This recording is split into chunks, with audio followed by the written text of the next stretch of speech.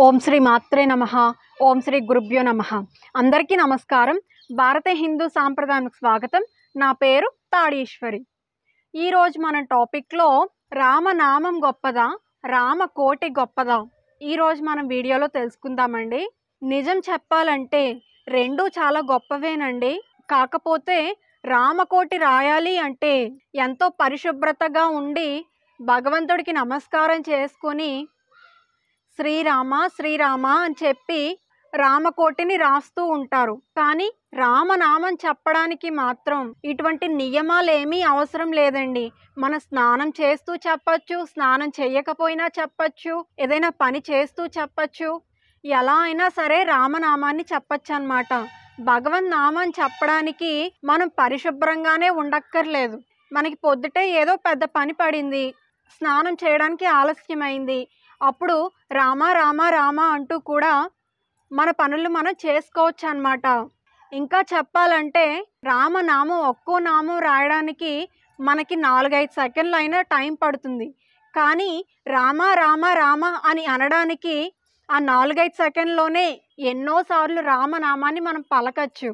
అసలు ఈ భగవంతుడి నామాన్ని ఎందుకు మనం పలకాలి అని అంటే కనుక, మీరు ఏ భగవంతుడి నామాన్నన్నా తీసుకోండి, అది రామ కావచ్చు, శివ కావచ్చు, అమ్మవారి నామం కావచ్చు, ఇంకా ఏ భగవంతుడి నామాన్నన్నా సరే మీరు తీసుకోండి. మనం ఏ భగవంతుడి నామాన్ని పలికినా సరే మనం చేసినటువంటి పాపాలు ఏమైతే ఉంటాయో ఆ పాపాలు కాలిపోతూ ఉంటాయన్నమాట. అందుకని చెప్పి ఒకప్పుడు ఇంట్లో పెద్దవాళ్ళందరూ కూడా పనులు చేస్తూనే రామనామం చెప్పుకోవడమో, శివనామం చెప్పుకోవడమో, ఇలా ఏదో ఒక నామాన్ని చెప్పుకుంటూ ఉండేవారనమాట. మనం తెలుసో తెలియకో మనం ఎన్నో పాపకర్మలు చేసుకుంటూ ఉంటాం కదా. ఉదాహరణకి నేనే ఉన్నాను. అటుగా వెళ్తున్నటువంటి అమ్మాయిని, ఆ పిల్లేంట్రా బాబు అంత నల్లగా ఉంది, ఆ పిల్ల మొఖంలో అసలు కళే ఉండదు అన్నటువంటి మాటలు నేను అన్నాను అని అనుకోండి మీరు. అప్పుడు ఏం జరుగుతుందంటే అక్కడ నిజం చెప్పాలంటే ఒకరి అందాన్ని కించపరిచే హక్కు ఎవ్వరికీ లేదు. కాబట్టి ఇప్పుడు నేను అన్నటువంటి ఆ మాట నాకు పాపం కింద వచ్చి పడిపోతుందన్నమాట. కానీ నేను నిజానికి పాపం చేశాను అన్నటువంటి భ్రమలో నేను ఏమైనా ఉంటానా?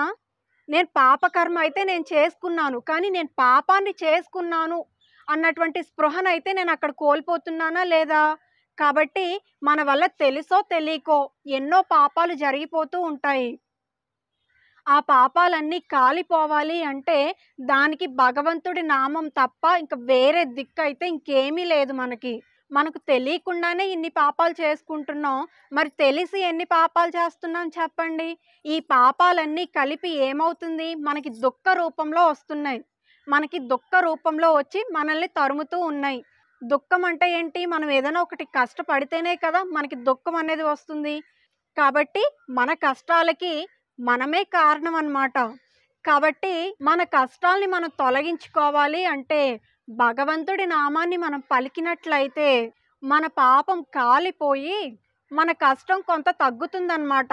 అంటే పూర్తిగా తగ్గిపోతుంది అని మాత్రం అనుకోకూడదు. పాము కరవాల్సిన దగ్గర చీమ కరిచింది అనుకోండి, అక్కడ నిజానికి మనకు నొప్పి వచ్చిందా లేదా?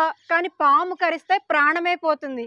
చీమ వచ్చి కరిచింది అనుకోండి, అక్కడ చిన్న వాపు వస్తుంది. దానికి దీనికి తేడా ఉందా లేదా? అలాగే భగవంతుడి నామాన్ని పలికినంత మాత్రాన మన కష్టాలన్నీ దూరం అయిపోతాయి అని అనుకోకూడదు. కానీ కొంత కష్టం అయితే తగ్గుతుందన్నమాట. అందుకని చెప్పి రామనామాన్ని పలకడమో, శివనామాన్ని పలకడమో, మీ ఇష్టదైవ నామాన్ని ఏది పలికినా సరే మనం అనుభవించాల్సినటువంటి ఆ పాపం కాలిపోతూ ఉంటుందన్నమాట.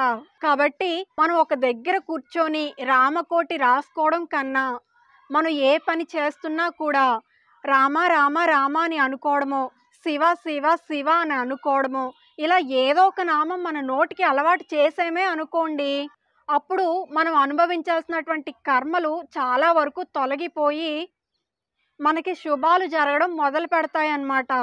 కాబట్టి మీకు నేను ఇచ్చే సలహా ఒక్కటే, బయట పని చేసుకునే మగవాళ్ళకి ఎలాగో ఇది కుదరదు, కానీ ఇంట్లో ఆడవాళ్ళు చేసుకునే పనులకి వంట చేస్తూ రామనామాన్ని చెప్పచ్చు, బట్టలు ఉతుకుతూ రామనామాన్ని చెప్పచ్చు, ఇంటి పనులన్నీ చేస్తూ కూడా ఏదో ఒక దైవనామాన్ని పలకడానికి అవకాశం ఉంది కదా.